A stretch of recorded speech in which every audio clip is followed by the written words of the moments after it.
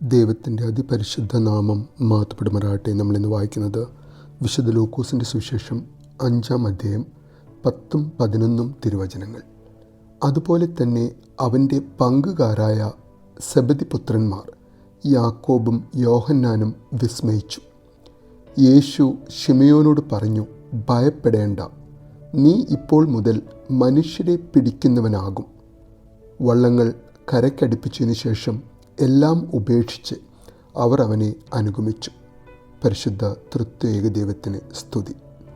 വലിയൊരു മത്സ്യസമ്പത്ത് അവർക്ക് കൊടുത്ത് അവരെ തൻ്റെ ശിഷ്യത്വത്തിലേക്ക് വിളിക്കുന്ന യേശു, ഒരു നൊടിയിടയിൽ ലഭിച്ച വലിയ സൗഭാഗ്യം അത് ഉപേക്ഷിക്കുവാൻ തയ്യാറാകുന്ന ആ മുക്കുവരുടെ മനസ്സ്, എല്ലാം ഉപേക്ഷിച്ച് തങ്ങളുടെ വിളിക്ക് യോഗ്യമായ വിധത്തിൽ യേശുവിനെ അനുഗമിക്കുവാൻ തയ്യാറാകുന്ന ആ മുക്കുവർ.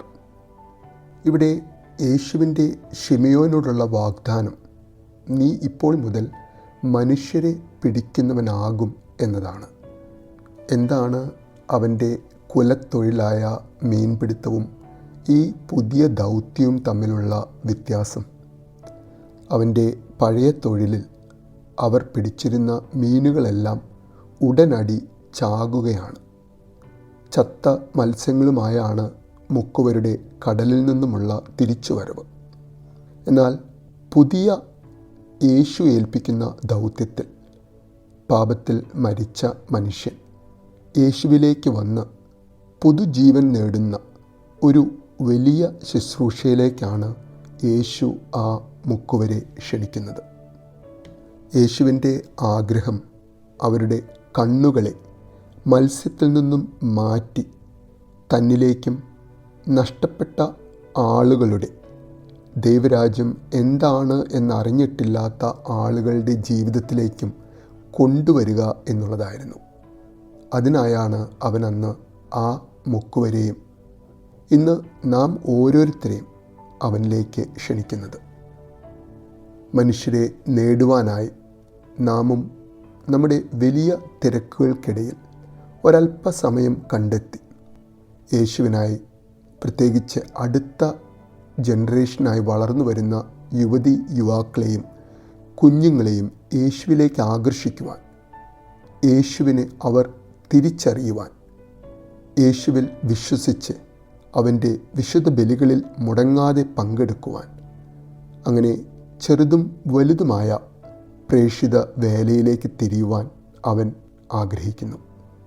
ഇത് പറയുമ്പോൾ എല്ലാവരും അവരുടെ ജോലി ഉപേക്ഷിച്ച് സുവിശേഷ പ്രഘോഷണത്തിനായി ഇറങ്ങിത്തിരിക്കണം എന്നല്ല.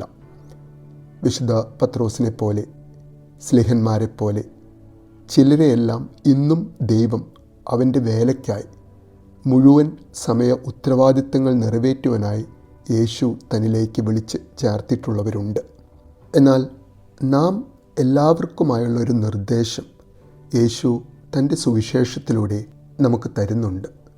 അത് മറ്റൊന്നുമല്ല, ഭൂമിയിൽ നിക്ഷേപം കരുതി വയ്ക്കാതെ ആദ്യം ദൈവരാജ്യവും അവിടുത്തെ നീതിയും അന്വേഷിക്കുവാനും, കഴിയുമെങ്കിൽ സ്വർഗത്തിൽ നിക്ഷേപം കരുതി വയ്ക്കുവാനും, അവിടെ തുരുമ്പും കീടങ്ങളും അവ നശിപ്പിക്കുകയില്ല എന്ന് മാത്രമല്ല, നമ്മുടെ ഹൃദയം, നമ്മുടെ നിക്ഷേപം സ്വരുകൂട്ടുവാൻ നാം ആഗ്രഹിക്കുന്ന സ്വർഗരാജ്യത്തിലായിരിക്കുവാനും, അങ്ങനെ ജീവിതത്തിലെ ഓരോ മുന്നോട്ടുള്ള അവൻ തരുന്ന ദിവസങ്ങളും അവൻ്റെ പൊന്നുനാമ മഹത്വത്തിനായി ജീവിക്കുവാൻ നാം ഓരോരുത്തർക്കും സാധിക്കണം.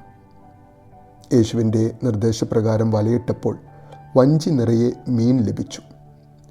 ഇവയെല്ലാം ഏതെല്ലാം മാർക്കറ്റിൽ നിക്ഷേപിച്ച് ലാഭമുണ്ടാക്കാമെന്നോ, ഈ യേശുവിനെ എല്ലാ ദിവസവും മീൻ പിടിക്കുന്ന സ്ഥലത്തേക്ക് കൂട്ടിക്കൊണ്ടുപോയി തങ്ങളുടെ ബിസിനസ് വർദ്ധിപ്പിക്കണമെന്നോ അല്ല ആ മുക്കുവർ ചിന്തിച്ചത്.